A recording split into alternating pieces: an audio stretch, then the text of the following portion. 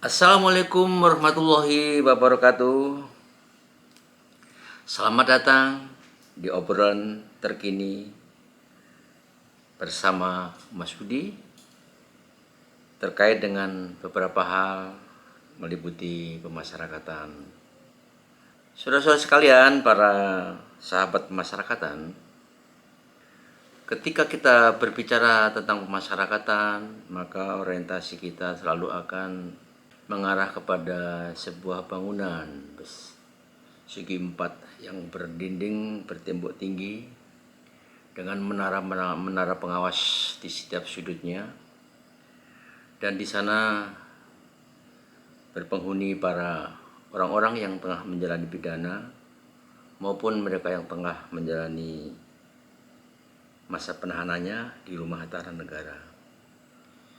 Sahabat masyarakatan, bahwa pemasyarakatan saat ini mengalami berbagai macam permasalahan. Yang sering kita dengar adalah tentang adanya over kapasitas, karena jumlah penghuni yang ada dibandingkan dengan hunian yang ada sudah tidak seimbang.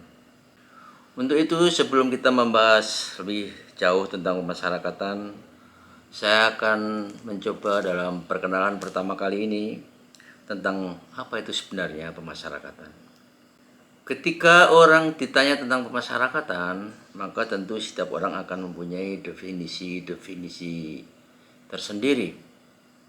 Mungkin mereka mengatakan bahwa pemasyarakatan itu merupakan upaya untuk menjerakan orang, atau pemasyarakatan itu adalah tempat untuk menghukum para pelaku tindak pidana, atau lain sebagainya.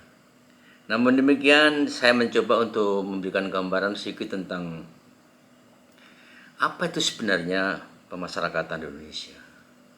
Pemasyarakatan di Indonesia dilaksanakan tentu berdasarkan sebuah sistem pemasyarakatan, di mana sistem pemasyarakatan merupakan bentuk pelaksanaan pidana penjara di Indonesia yang semenjak tahun 1964 ditetapkan bersama dengan keputusan Presiden menggantikan sistem yang lama, yaitu sistem kepenjaraan. Sahabat masyarakatan, bahwa sistem pemasyarakatan itu adalah sebuah tatanan. Ketika kita berbicara tentang sistem pemasyarakatan, maka jawaban yang paling tepat adalah sebuah tatanan. Ketika kita ditanya tentang apa itu sistem pemasyarakatan, maka jawaban kita yang pertama adalah sebuah tatanan. Tatanan tentang apa? Tatanan tentang arah, tentang batas, serta tatanan tentang cara. Cara apa? Yaitu cara pembinaan narapidana berdasarkan Pancasila dan Undang-Undang Dasar 1945 yang dilaksanakan secara terpadu antara masyarakat, narapidana itu sendiri, dan petugas pemasyarakatan. Agar ini tujuannya, ini sebagai tujuan daripada pemasyarakatan adalah yang pertama adalah agar timbul dalam diri narapidana itu kesadaran akan kesalahan yang telah dilakukan. Kesadaran akan kesalahan yang dilakukan itu menjadi faktor yang sangat penting, karena apabila seseorang narapidana yang diputus oleh pengadilan, tetapi yang bersangkutan tidak timbul rasa kesadaran atas kesalahannya, maka waktu yang dijalani adalah merupakan waktu yang menyiksa dirinya. Sehingga dengan kesadaran itu lalu muncul adanya rasa penyesalan. Namun demikian, ketika seseorang tidak mempunyai kesadaran akan kesalahannya, maka tidak akan mungkin yang bersangkutan menyesali perbuatannya. Sehingga faktor kesadaran akan kesalahan itu menjadi faktor penentu keberhasilan daripada sistem pemasyarakatan itu sendiri. Bagaimana sebuah keputusan pengadilan yang dijatuhkan oleh seseorang, sedangkan seseorang tidak merasa bersalah, mereka akan merasa bahwa dia diadili secara tidak adil. Artinya sebuah pengadilan sesat. Dia merasa didolimi karena dia tidak merasa bersalah, tapi dijatuhi pidana. Sehingga keberhasilan sistem pemasarakatan yang utama adalah bahwa mereka harus dicari pada putusan pengadilan yang jujur dan adil sehingga mendatangkan rasa bersalah. Kesadaran rasa bersalah ini akan mendorong orang untuk menyesali perbuatannya. Apabila dia menyesali perbuatannya, maka dia akan ada upaya untuk memperbaiki diri. Kalau dia berupaya untuk memperbaiki diri, maka yang bersangkutan akan berjanji pada diri sendiri untuk tidak mengulangi perbuatan yang telah dilakukan. Sehingga ketika putusan itu dijalankan, pada waktunya dia akan menjalankan dengan ikhlas, sehingga pada saatnya dia kembali ke masyarakat dapat berintegrasi dengan sehat. Para sahabat masyarakatan, dimanapun Anda berada, mudah-mudahan saudara semua dalam keadaan sehat, sejahtera, dan dapat beraktivitas dengan sebaik-baiknya. Kita lanjut bahwa sistem pemasyarakatan dilaksanakan di Indonesia ini tentu berdasarkan suatu azas. Semua petugas pemasyarakatan yang melaksanakan tugas pemasyarakatan ini, pemasyarakatan di negara kita ini, tentu mereka harus memedomani dengan asas-asas. Namun sebelumnya saya akan mencoba menyampaikan fungsi-fungsi apa saja sebenarnya pemasyarakatan. Selain lembaga pemasyarakatan yang melaksanakan pembinaan narapidana, juga ada rumah tahanan negara yang melaksanakan perawatan tahanan. Perbedaan antara lembaga pemasyarakatan atau lapas dan rumah tahanan negara atau rutan adalah para penghuninya. Penghuni rumah tahanan negara adalah mereka yang sedang menjalani masa penahanan. Satu-satunya tempat orang menjalani masa penahanan adalah rumah tahanan negara. Sedangkan lembaga pemasyarakatan adalah tempat menjalani pembinaan. Selain lapas dan rutan juga ada namanya balai pemasyarakatan. Balai pemasyarakatan ini adalah sebuah peranata di lingkungan Direktorat Jenderal Pemasyarakatan yang melaksanakan pembimbingan terhadap narapidana yang telah memperoleh bebas bersyarat atau mereka yang diputus pengadilan dengan hukuman pidana bersyarat, atau mereka melakukan pendampingan terhadap anak yang berhadapan dengan hukum. Ada satu lagi unit kerja di pemasyarakatan, yakni rumah penyimpanan benda sitaan negara. Apa itu rumah penyimpanan benda sitaan negara? Yaitu sebuah peranata yang melaksanakan fungsi melakukan penyimpanan dan benda-benda sitaan dan rampasan negara. Saudara sekalian, kita bisa lihat lembaga pemasyarakatan ada di seluruh Indonesia, di tiap kabupaten dan kota. Begitu pula dengan rumah tahanan negara. Kita sering mendengar ada rumah tahanan negara kelas 1, ada lembaga pemasyarakatan kelas 2. Yang ini semuanya ini hanya sifatnya klasifikasi. Kalau lembaga pemasyarakatan kelas 1 itu adalah lembaga pemasyarakatan terutama di ibu kota provinsi, yang saat ini ada sekitar 10 unit lebih ya perkiraan saya, dan itu adalah mereka yang dipidana di atas 10 tahun. Lalu ada lembaga pemasyarakatan kelas 2A, ada lembaga pemasyarakatan kelas 2B, begitu pula juga rumah tahanan negara ada kelas 1, ada kelas 2, dan seterusnya. Saudara sekalian, tujuan daripada mereka dimasukkan dalam lembaga pemasyarakatan pada dasarnya adalah agar mereka dapat kembali ke masyarakat dan dapat berintegrasi secara sehat dengan masyarakat. Saudara sekalian, para sahabat pemasyarakatan dimanapun Anda dapat menangkap acara ini, obrolan terkini tentang pemasyarakatan. Sebagai perkenalan awal ini saya akan jelaskan bahwa setiap petugas pemasyarakatan di dalam menjalankan tugasnya akan harus mendasari suatu asas. Asas yang pertama adalah asas pengayoman. Kita tahu asas pengayoman ya.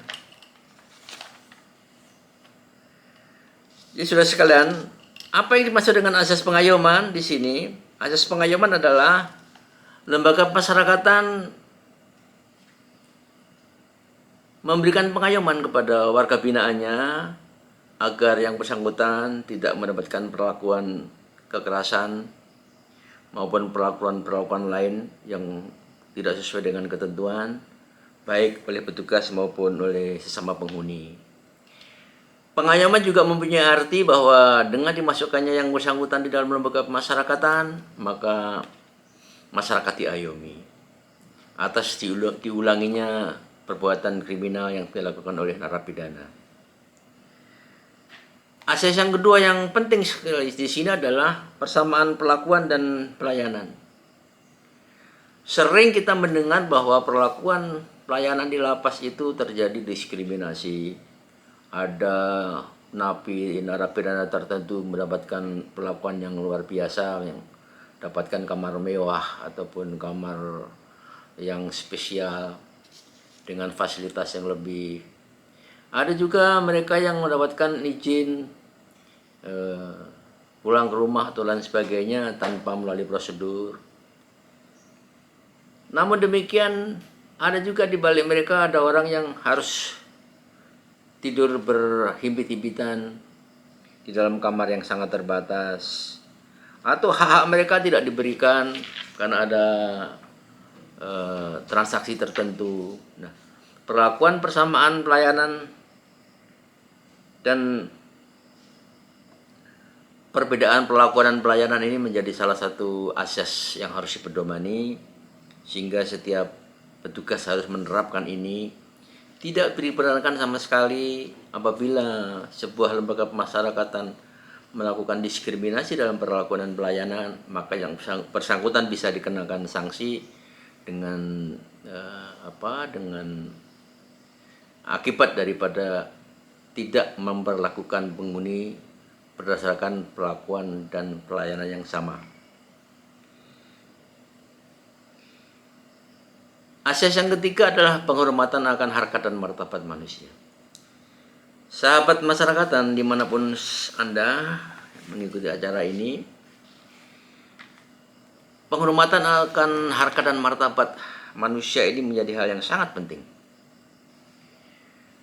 Karena narapidana adalah orang yang sudah dikenakan hukuman hilang kemerdekaan. Satu-satunya derita yang mereka alami adalah hilangnya kemerdekaan. Pihak lapas maupun rutan tidak boleh lagi menambah-nambah derita dengan berbagai macam tindakan-tindakan tertentu yang semuanya itu adalah menambah deritanya.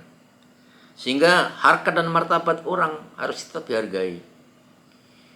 Berapa perlakuan terhadap narapidana, seperti halnya mereka dicukur dengan cara yang tidak semestinya, ataupun dia harus masuk ke pintu lapas dari ujung sampai belakang harus jalan bebek misalkan, atau perlakuan-perlakuan lain digeledah dengan cara yang tidak sesuai dengan ketentuannya, yang semua itu dengan harapan, dengan tujuan untuk merendahkan harkat dan martabat, maka itu adalah perbuatan yang tidak diperbolehkan di dalam pelaksanaan pemasyarakatan.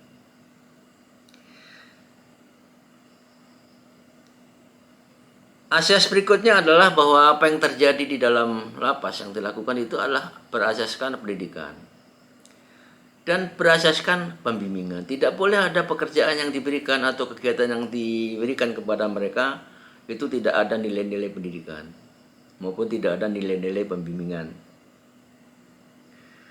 Dan sekali lagi ada satu asas yang penting untuk difahami ataupun dihayati oleh para petugas, karena asas adalah nilai-nilai luhur yang harus dijadikan pedoman di dalam semua kegiatan dan aktivitas dalam menyelenggarakan tugas pokok dan fungsi di lapas adalah kemerdekaan merupakan satu-satunya penderitaan. Jangan sekali-kali kita menambah lagi penderitaan di dalam lapas karena mereka sudah dirampas kemerdekaan oleh pengadilan dalam jangka waktu tertentu, dalam jangka waktu yang lama, sehingga pihak lapas tidak berwenang, tidak berhak membuat dia lebih buruk. Karena negara tidak berhak membuat mereka lebih buruk keadaannya daripada sebelum yang bersangkutan menjalani pidana. Sebagai asas yang terakhir adalah terjaminnya hak untuk senantiasa dapat berhubungan dengan keluarganya maupun orang-orang tertentu lainnya. Jaminan untuk senantiasa dapat berhubungan dengan keluarganya itu tentu melalui beberapa macam cara. Di antaranya adalah hak mereka untuk dapat dikunjungi, lalu mereka melalui komunikasi-komunikasi yang resmi yang diperbolehkan oleh pihak lapas melalui persuratan dan lain-lain.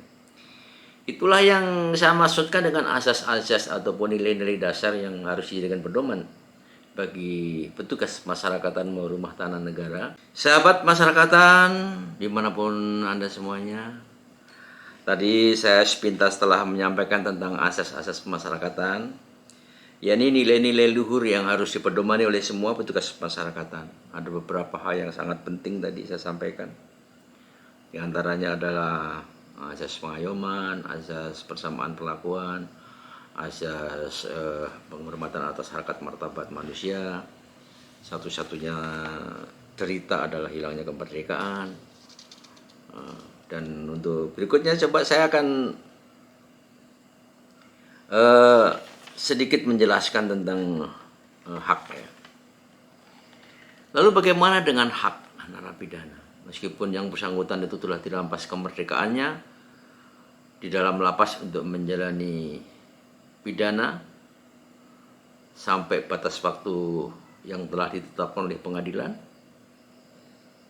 maka mereka pun tidak kehilangan hak-hak dasar yang negara wajib penuhi. Negara wajib menegakkan hak dasar para narapidana, sehingga mereka tidak kehilangan hak. Ada hak-hak yang melekat pada diri yang bersangkutan, itu diatur di Undang-Undang Nomor 12 tentang pemasyarakatan. Yang pertama adalah hak melakukan ibadah sesuai dengan agamanya masing-masing. Meskipun dia di dalam lembaga pemasyarakatan, maka hak untuk menjalankan ibadah tetap diberikan sesuai dengan agama dan kepercayaan masing-masing, sehingga di setiap lapas harus tersedia tempat-tempat ibadah agama-agama yang dianut di negara kita ini. Juga mereka juga harus melaksanakan pembinaan keagamaan bagi warga binaannya. Mereka harus menyiapkan guru-guru agama, mereka harus menyiapkan program-program yang semuanya itu adalah berkaitan dengan pelaksanaan ibadah. Hak yang kedua adalah mendapatkan perawatan, baik perawatan jasmani maupun rohani. Mereka harus diatur kesehatannya, mereka harus dirawat jasmani maupun rohaninya dengan hal-hal yang positif tentunya. Karena dalam jangka waktu lama, dalam kondisi yang terkurung, itu akan sangat mempengaruhi perkembangan kesehatan jasmani maupun rohani yang bersangkutan. Hak mendapatkan perawatan ini harus diprogram oleh pihak lapas. Dan yang ketiga adalah hak mendapatkan pendidikan dan pengajaran. Di setiap lapas harus menyediakan program-program pendidikan dan program-program pengajaran sesuai dengan tingkat pendidikan dasar yang bersangkutan maupun latar belakang usia dan lain sebagainya. Hak mendapatkan pelayanan kesehatan dan makanan yang layak. Saudara sekalian, di setiap lapas harus ada dokter, di setiap lapas harus ada tenaga medis, tenaga paramedis, harus ada poliklinik, harus ada rawat inap, harus ada tempat-tempat obat, harus ada ruang periksa, harus ada alat-alat kesehatan yang lain. Karena pelayanan kesehatan itu menjadi sangat penting. Jangan sampai narapidana menurun kesehatannya, sehingga pernah terjadi di suatu waktu beberapa puluh tahun yang lalu di mana penyakit AIDS menjalar sedemikian pesat di lapas, lalu tingkat kematian tinggi, lalu tingkat kesakitan tinggi, sehingga ada salah satu seorang yang membuat pernyataan di media cetak waktu itu, masuk penjara menyongsong aja.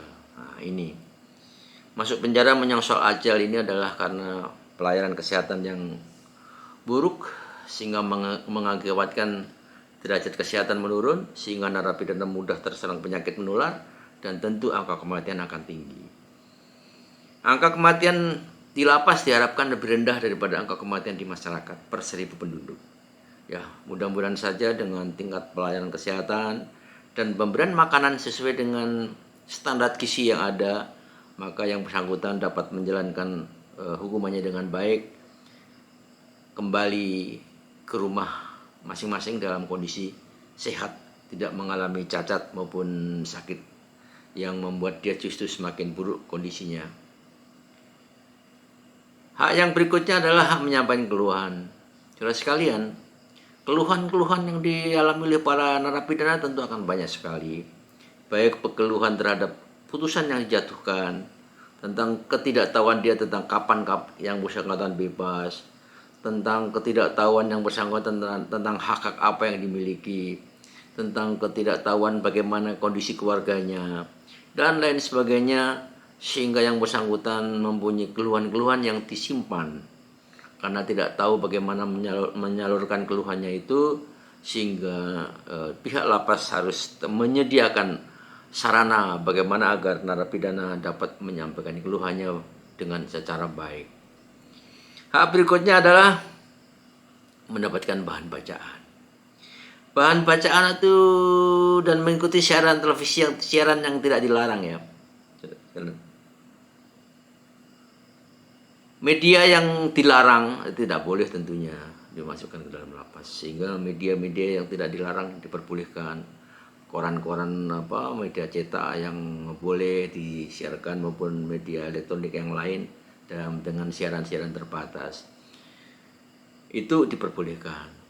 Bacaan-bacaan, buku-buku, pedoman-pedoman yang diatur dalam sebuah perpustakaan, selain membangun minat baca juga menambah pengetahuan dan tentu itu sebagai wahana rekreasi bagi narapidana. Hak yang berikutnya adalah mendapatkan upah maupun premi. Setiap lapas mempunyai berbagai macam program kegiatan ya, produksi. Nah, ketika mereka melaksanakan program kegiatan produksi itu kepada narapidana yang terlibat juga berhak mendapatkan upah.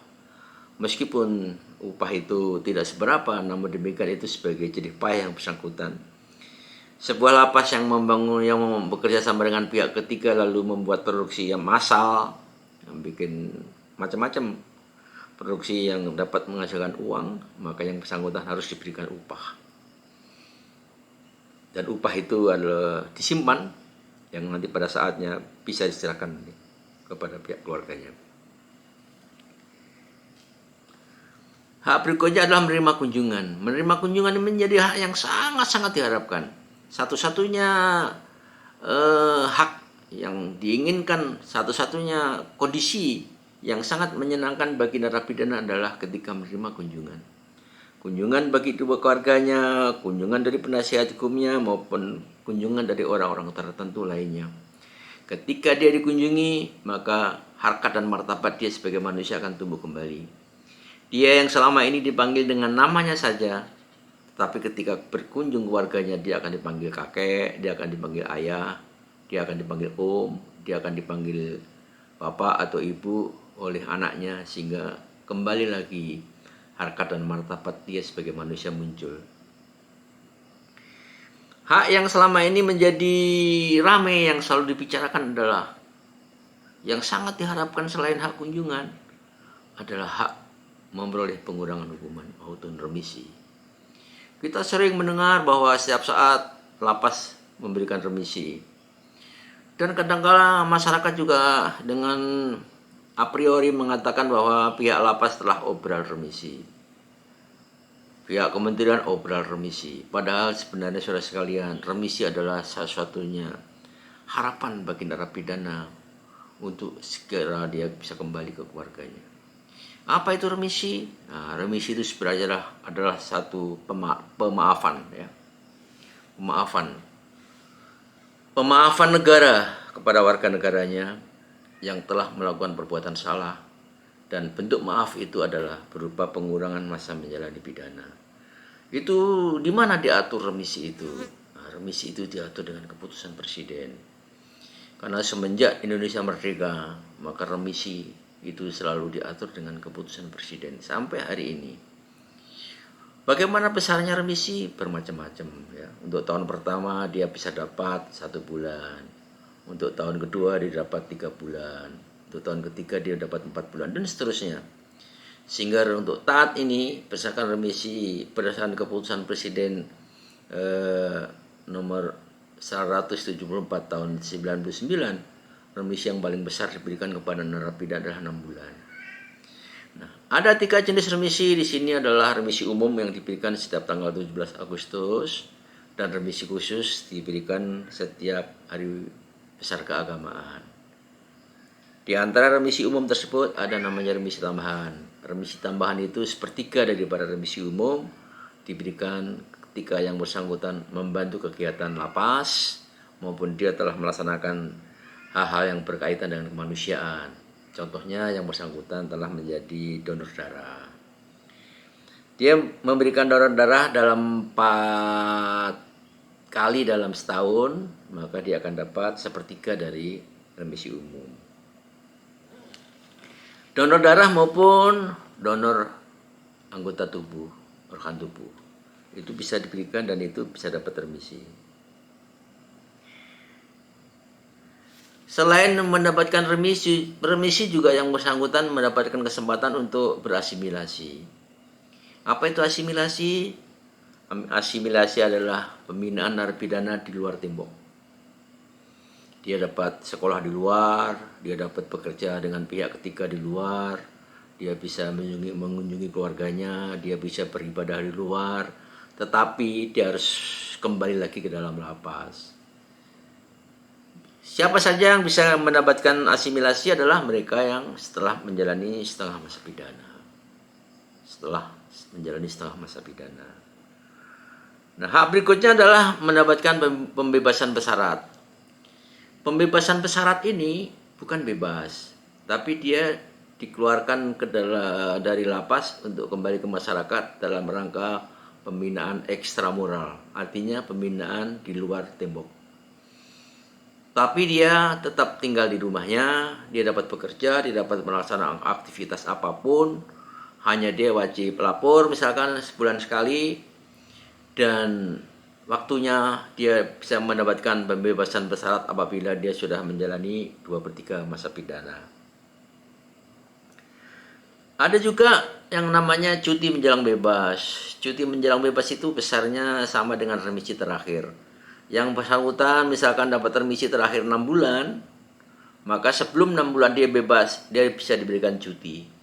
Artinya dia tinggal di rumahnya dan nanti pada hari bebasnya dia kembali ke lapas untuk minta surat penandatanganan pembebasan.